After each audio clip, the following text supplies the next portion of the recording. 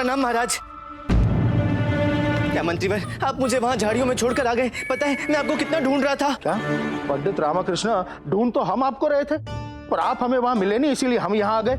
हमें तो लगता है आप हमें चकमा देकर कहीं चले गए थे। शिव शिव शिव शिव शिव शिव, कैसी बातें करते हैं? मैं भला आपको चकमा दे सकता हूँ? अरे मैं तो स्वयं वहां झाड़ियों में फंस गया था। ये देखिए, ये देखिए, ये क्या क्या लगा रखा है। ये ईश्वर, मैंने पता है कितनी आवाजें भी दी आपको, मंत्रीवार मंत्रीवार मंत्रीवार, किंतु आपने सुना ही नहीं। देखिए देखिए क्या। फिर यहाँ दरबार में आने के लिए विलंब होने लगा तो भागा भागा मैं यहाँ चला आया। देखिए महाराज क्या हालत हुई है मेरी। क्षमा कीजिए पंडित रामकृष्ण, हो सकता है कि हम आपको झाड़ियों में देख ही ना पाए हों। हाँ हाँ, ऐसा ही हुआ था। हाँ।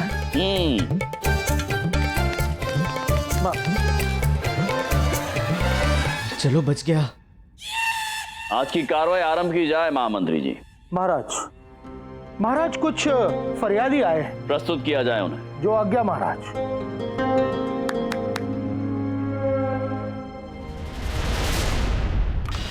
बस तुम्हारे दुख के दिन दूर होने वाले हैं, परंतु तुम्हें बस वही करना होगा जो हम कहेंगे।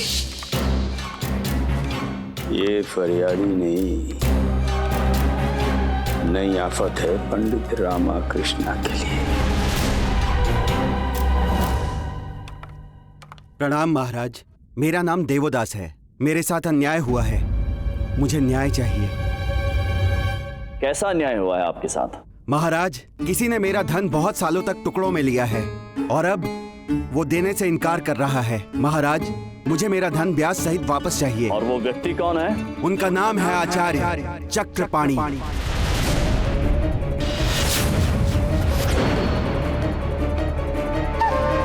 क्या आपको ज्ञात है आप किस पर आक्षेप लगा रहे हैं? वो हमारे गुरु हैं। महाराज, झूठ कहूं तो सर कटवा दीजिए। आप चाहे तो उन्हें बुलाकर पूछ सकते हैं। यही दूध का दूध और पानी का पानी हो जाएगा। हमारा दाव सही चल रहा है। आचार्य चक्रपाणी को ससम्मान यहाँ रात दरबार में प्रस्तुत किया जाए।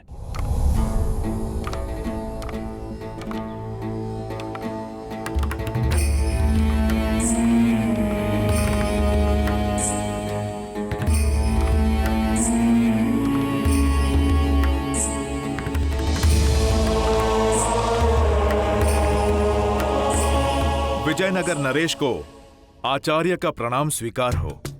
प्रणाम गुरु।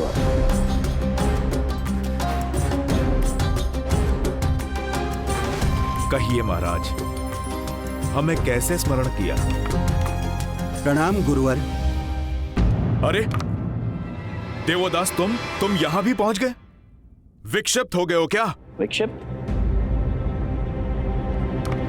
जी महाराज, ये आज प्रातःकाल ही हमारे निवास पर आया था और हमें व्यथित कर रहा था। आपकी शिक्षा मुझे रोजगार नहीं दिला पा रही है, इसीलिए आज तक विद्या अध्ययन के स्वरूप जितना भी धन मैंने आपको शुल्क के रूप में दिया है वो मुझे ब्याज सहित वापस चाहिए। देवोदास, और इस विक्षिप्त को देखिए महाराज, ये यहाँ भी चला आया। क्यों देवोदास, क्या यही बात है? महाराज, मैं बेरोजगार हूँ। मेरे माता पिता ने मुझे बचपन में ही इनके पास शिक्षा ग्रहण करने के लिए भेज दिया था। हर माह 100 मुद्रा का शुल्क भी देते थे। इन्होंने मुझे पूरे 12 वर्षों तक पढ़ाया। उसके पश्चात 5 वर्षों तक मैं देश में रोजगार के लिए भटकता रहा। आने जाने में, खाने पीने में मेरा बहुत सा धन व्यर्थ हो गया। महाराज, जब इनकी शिक्षा मुझे रोजगार नहीं दिला सकती तो मेरे किस काम की? मुझे मेरा धन पुनः चाहिए महाराज। ये आप क्या कह रहे हैं देवोदास? गुरुवर ने आपको शिक्षा दी जिसके एवज में आपके परिवार ने इन्हें शुल्क दिया। अब आप कह रहे हैं आपको वो शुल्क पुनः चाहिए? क्या ये अनुचित नहीं होगा? ये सरासर धूर्तता है महाराज। कैसी धूर्तता? मूर्ख तो मैं बना हूं। जिस रोजगार को पाने के लिए शिक्षा ग्रहण की, वही रोजगार मुझे आज तक नहीं मिल पाया। वाह। जबकि शिक्षा देने का इनका रोजगार मेरे बाल्यकाल से चला आ रहा है। बस देवोदास, तुम अपनी सीमाएं लांघ रहे हो। मैं केवल सत्य कह रहा हूँ। आप ही बताइए महाराज, यदि आप दुकान से आलू या कोई वस्तु धन देकर खरीदते हैं और वो वस्तु खराब होती है या कार्य योग्य नहीं होती, तो दुकानदार धन देता है या नहीं? बहुत अच्छी। वैसे ही यदि इनकी शिक्षा मुझे रोजगार नहीं दिला पा रही तो मेरा धन पुनः लौटना चाहिए। बिल्कुल लौटना चाहिए। ये मुझे अकेले की आवाज नहीं है, और भी बहुत है मेरे जैसे। भीतर आ जाओ मित्रों।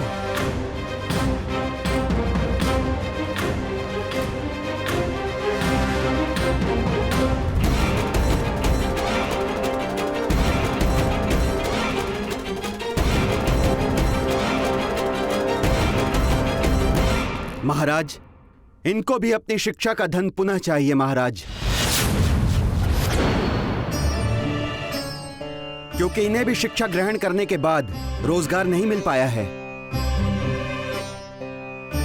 अच्छा, तो तुम सब हमारे छात्र होकर भी हमारे विरुद्ध षड्यंत्र कर रहे हो।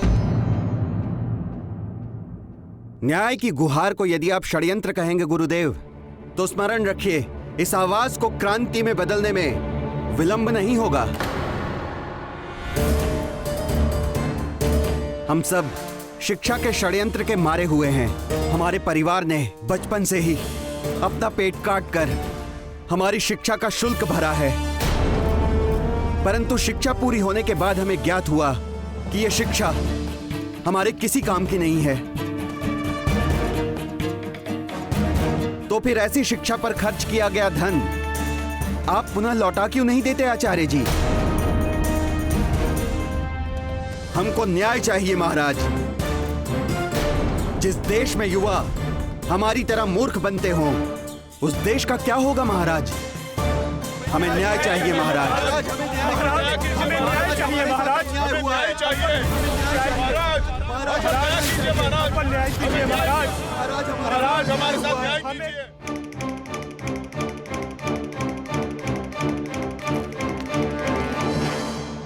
महाराज, समस्या अत्यंत ही जटिल है। यदि सारे बेरोजगार लोग यहाँ राज दरबार में एकत्रित हो गए तो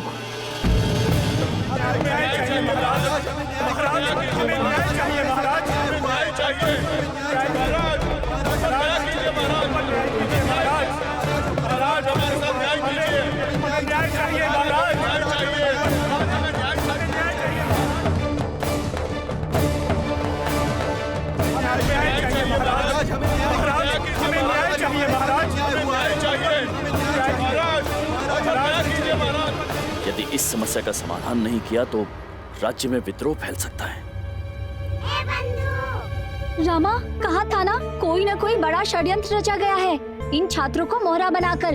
इससे पूर्व की ये चिंगारी अग्नि बनकर पूरे नगर को भस्म कर दे। इस चिंगारी को बुझाना होगा रामा। हमें न्याय चाहिए महाराज। हमें न्याय चाहिए महाराज। न्याय चाहिए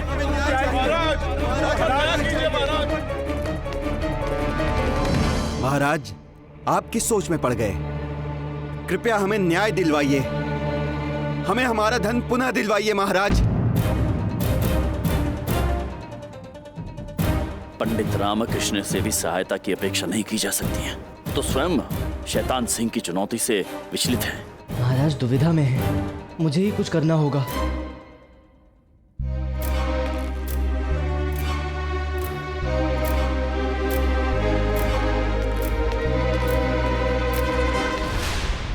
आप सब महाराज के दरबार में न्याय के लिए आए हैं तो न्याय अवश्य मिलेगा, किंतु ध्यान रखिए, शोर मचाने से न्याय नहीं मिलता, तर्क और साक्ष्य से मिलता है। अब और क्या तर्क और साक्ष्य चाहिए आपको, जबकि हम पीड़ित स्वयं आपके समक्ष खड़े हैं।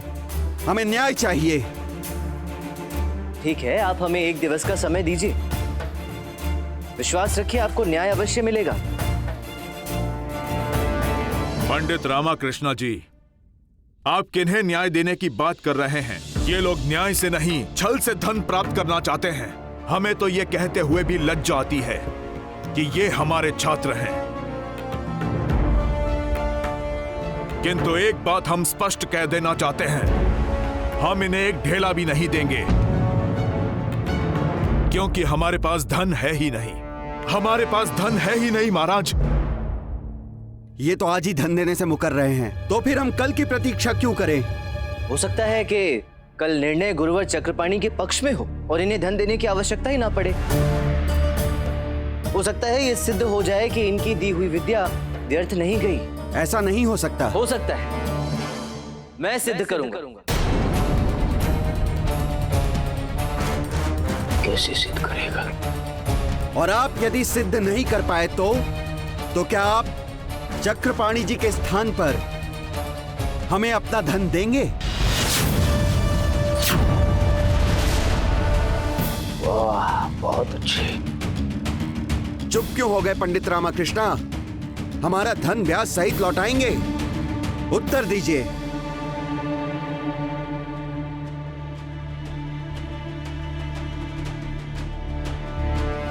बताइए पंडित रामाकृष्णा जी, क्या आप हमें अपना धन पुनः देंगे?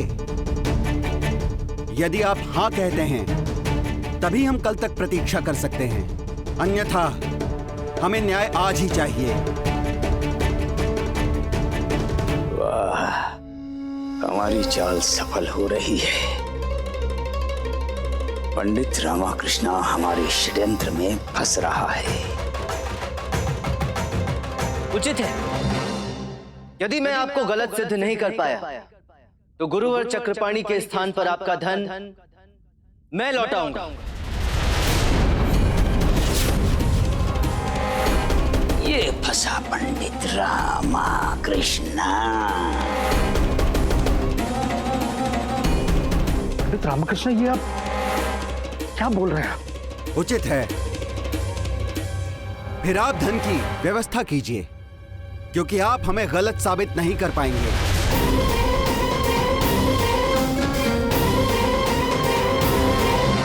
ये क्या कर दिया आपने पंडित रामकृष्णा?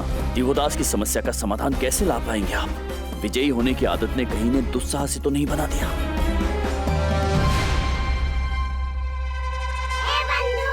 रामा, तू पागल हो गया है क्या? कल एक योद्धा से युद्ध के मुकाबले की चुनौती स्वीकार कर ली और आज ये चुनौती। दिवोदास की चुनौती का कोई तोड़ हो ही नहीं सकता है रामा, तू हारेगा। दिवोदास महोदय, आप कल आइए। कल या तो पंडित रामकृष्ण आपको गलत सिद्ध कर देंगे या अपना धन वो आपको दे देंगे। धन्यवाद महाराज।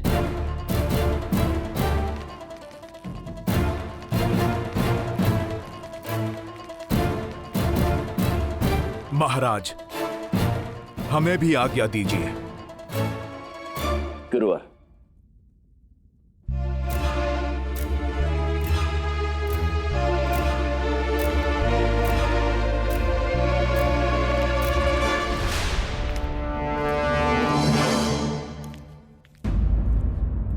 पंडित रामकृष्ण, सत्य कहा है किसी महापुरुष ने कि जीतने की आदत बुरी होती है। आपको ऐसा प्रतीत नहीं हो रहा है कि आप इस बार सीमा लांघ रहे हैं? हमें खेद है कि हमने आप जैसे अति महत्वाकांक्षी और दुस्साहसी व्यक्ति को अष्टदिग्गज के पद के लिए चुना है। जी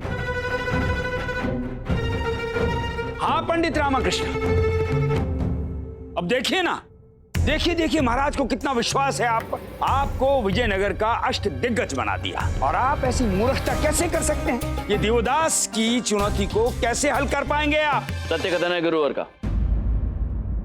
बेरोजगारी एक बहुत ही बड़ा मुद्दा बनती जा रही, ये बहुत बड़ी समस्या बनती जा रही। जी महाराज। योग्य लोग रोजगार के लिए भटक रहे हैं, जबकि अयोग्य लोग बड़े बड़े पदों पर बैठे हैं। पंडित रामकृष्ण, स्मरण रहे, यदि इस बार आप पराजित हुए तो अष्टदिग्गज का पद आपसे छीन लिया जाएगा। जी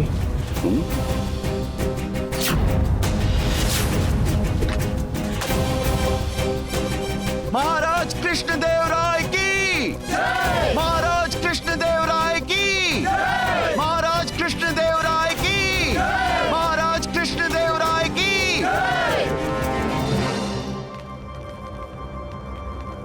अब गई पंडित रामकृष्ण की भैंस पानी में। ये फंसा दोहरी समस्या में। एक और शैतान सिंह, दूसरी ओर दिवोदास।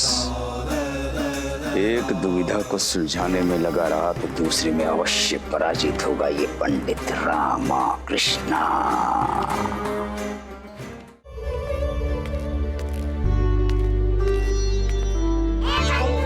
ये क्या रामा, ये तो अनुचित है। तू ये सब महाराज और राज्य के लिए ही कर रहा है ना, तो महाराज तुझे ही गलत क्यों समझ रहे हैं? तू उनको सच क्यों नहीं बता देता है कि योद्धा की चुनौती तूने उनके प्राण बचाने के लिए और दिवोदास की चुनौती राज और आचार्य चक्रपाणि का सम्मान बचाने के लिए स्वीकार की है? नहीं बंधु, भलाई करके कभी जताना नहीं चाहिए। हमें तो केवल अपना कर्म करना चाहिए और मैंने जो किया वो मेरा धर्म है। अरे कर्म कांडी, ये कर्म नहीं कांड किया है। तू जीतेगा कैसे रामा? तेरे पास ना तो शैतान सिंह की काट है, ना ही दिवोदास का तोड़। अरे मौनी बाबा, कुछ तो बोल।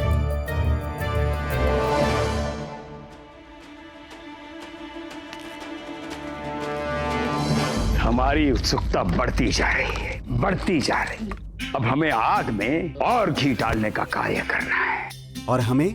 तुम लोग वही करते रहो जो हमने तुम्हें कहा है। देखिए देखिए तथाचार्य जी, वो पंडित बहुत ही बुद्धिमान है।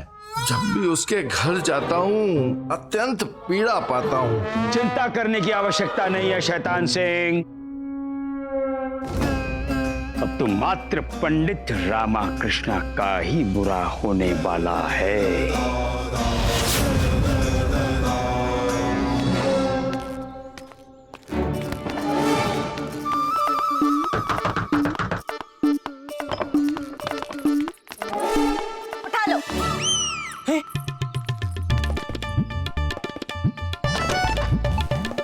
शारदा, क्या उठा लो? क्या ये सब?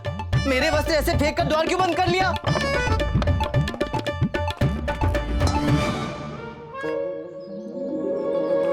लोटा? अरे अम्मा, क्या है ये सब? समझ नहीं आ रहा है? ज्ञानी पंडित, आपको घर से निकाल दिया गया है। अपने कपड़े बर्तन संभाल, अब तो किसी पेड़ के नीचे रहना पड़ेगा तुझे। क्या बोल रहे बंधु? पेड़ के नीचे सोना पड़ेगा? सोते समय किसी कीड़े या सांप ने डंक मार दिया तो? वन्य पशु भी उठाकर ले जाता है, उसे तो उठा लो कहने की आवश्यकता भी नहीं पड़ेगी। नहीं, अरे अम्मा, शारदा, गुंडप्पा, अरे द्वार खोलो, द्वार खोलो, नहीं तो मैं सच में घर छोड़कर सदैव के लिए चला जाऊंगा, मैं बता रहा हूँ।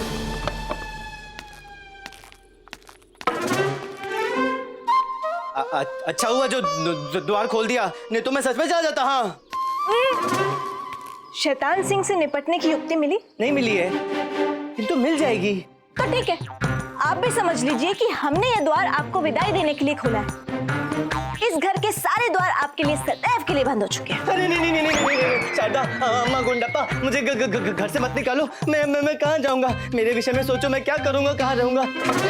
तूने शैतान सिंह की चुनौती स्वीकार करने से पहले हमारे विषय में सोचा था? नहीं सोचा था। अरे मुझे इस घर में रहना ही नहीं है।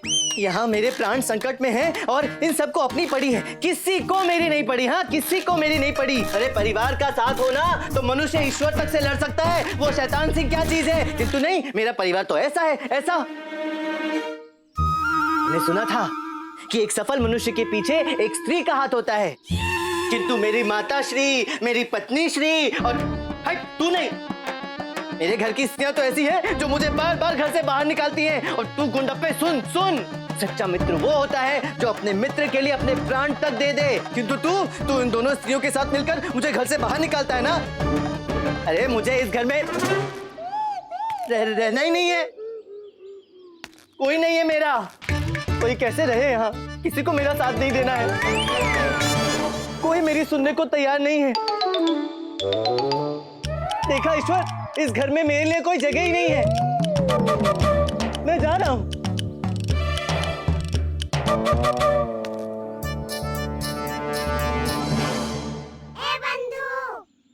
रामा, यहाँ सच में कोई तेरा हाथ पकड़कर रोकने वाला नहीं है। अब तुझे जाना ही होगा।